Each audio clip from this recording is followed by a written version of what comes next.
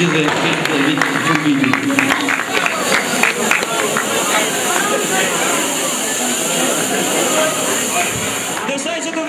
Quhet Paolo, mirë se vjen Paolo. Ju lutem urdhëroni në emisionin tim, ju lutem, urdhëroni. Wow, çfarë shaka e Paolo? Ti këtu ndërgjohesh në emisionin tim.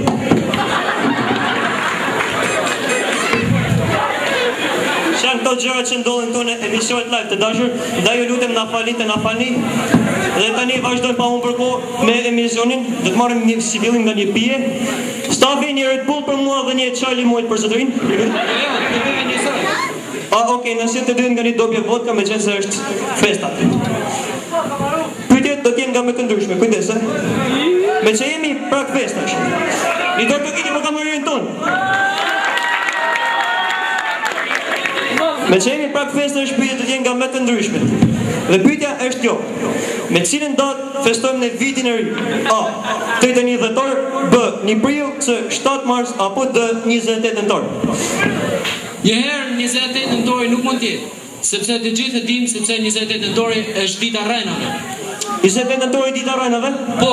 Po sa. 7 marsi është dita punëtorëve, prandaj sjell alternativën C, vitin e ri e festojmë me 1 prill.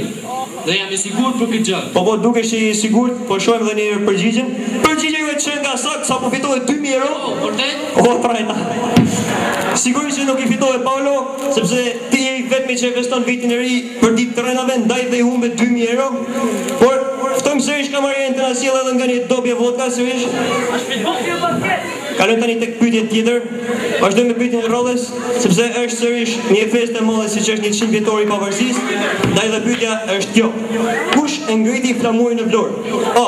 Gjergj Kastrioti, B. Mondi Nishtullës, C. Ismail Qemali, apo D. Vali Corleone? Jam në mëdyshe midis Ismail Qemalit dhe Vali Krokodillit, ati Corleones. Por mendoj përgjigja fundare është saktë, alternativa C, Ismail Qemali. E pa besueshme, por e vërtet ti sapo fitoi 5500 lekë vjetra. Merri dhe blini një makinë me to, Paolo. Dhe 5500 lekë vjetra të blej një makinë? E kisha fjalën për makinë roje. Një biga për Paolo.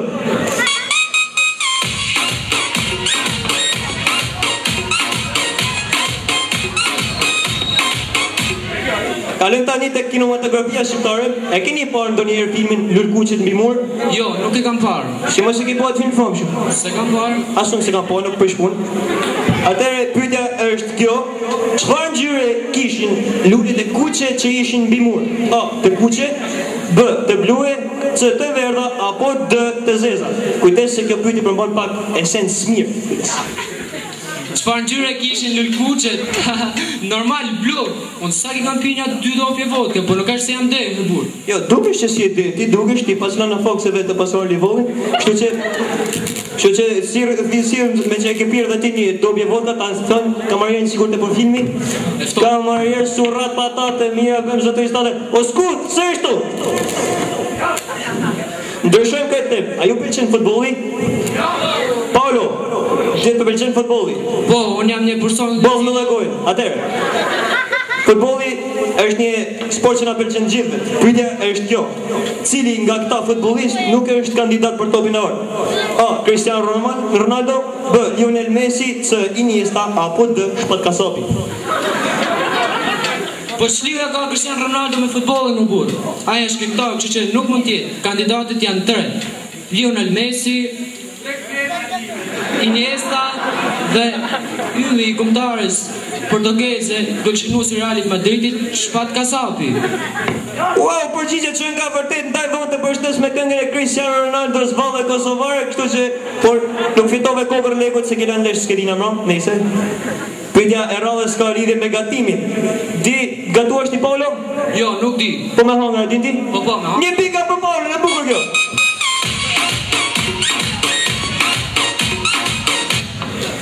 Pyetja rallës ka lidhje me gatimin dhe konkretisht me trileqen. Pëlqen trileqa Paulo, besoj? O pëlqen gjithëve të ajo. Trileqe nga latinishtja do të thotë 3 qumshta, sepse përbëhen nga 3 lloj qumshtash të ndryshëm.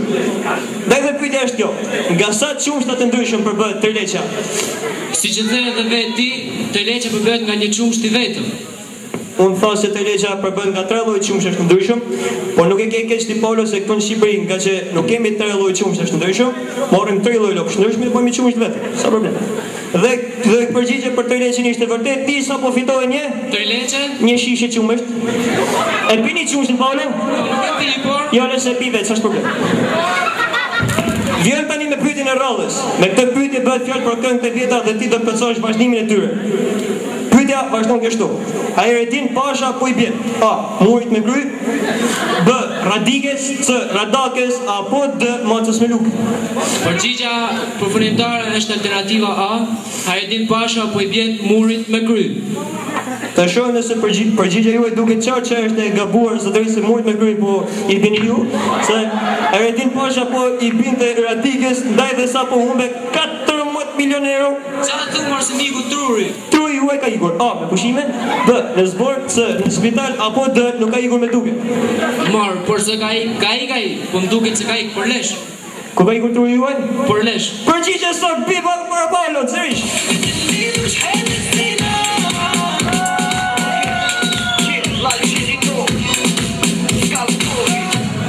Tani vazhdojmë sërish me një pyetje tjetër, do të plotësosh fjalin. Kënga nis kështu, është këngë e vjetër kjo, kujdes. Më ka shku mendja me Melanohen, po i kore se s'është. Ti nuk e paguar pijet ku po shkon? Çfarë, do i paguajmë pijet tuaja? E pa të dashur miq, do të rregullojmë të pas skene. Kuj si toni erdhi puni këtu. Gëzuar festat.